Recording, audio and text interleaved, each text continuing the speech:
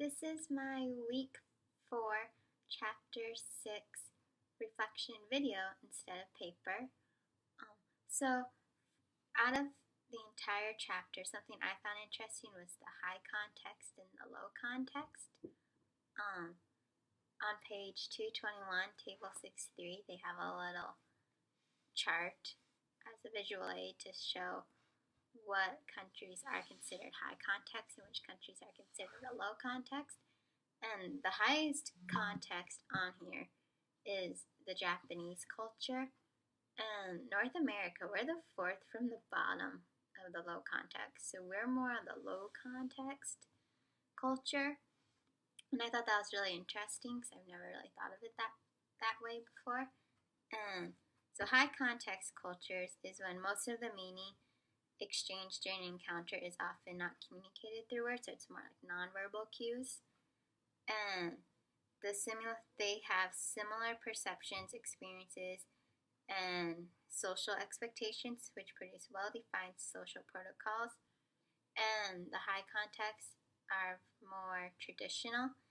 They are very much traditional in that sense, and they change a little over time. So I guess maybe that's why the Japanese is considered the highest of high context, and not why North America is at the top or more towards the bottom end.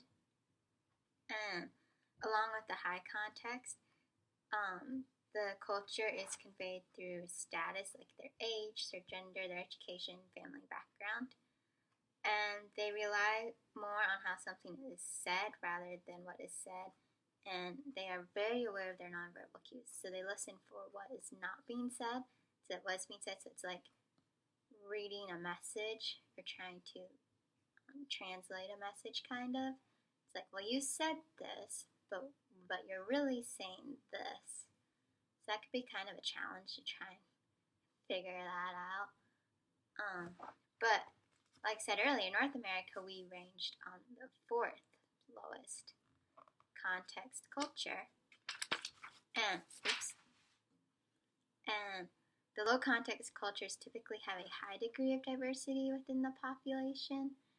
And in low context culture, the verbal message contains most of the information and very little is conveyed through the context or the participants' nonverbal displays.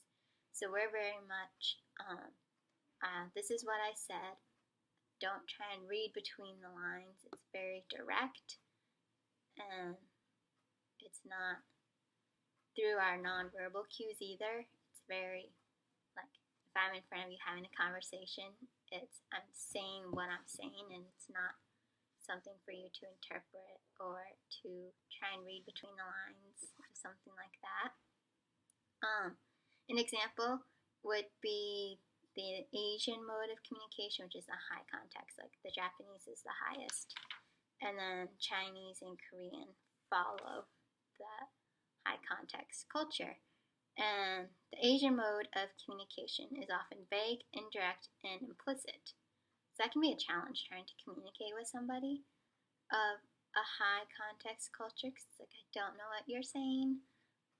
As opposed to in the Western communication, low context, which I guess is us in North America, it tends to be direct and unambiguous, and Americans depend more on spoken words and nonverbal behavior to convey their messages. So again, it's just like, this is what I'm saying to you. I'm not saying anything else. Don't try and think I'm saying anything else. I'm saying directly what I want to say. And so I thought that was interesting. And that's definitely useful for if someone ever goes to another culture, another country to learn and study or just even visit. And it's something that we can all learn and take away from. So I thought that was pretty interesting out of this chapter.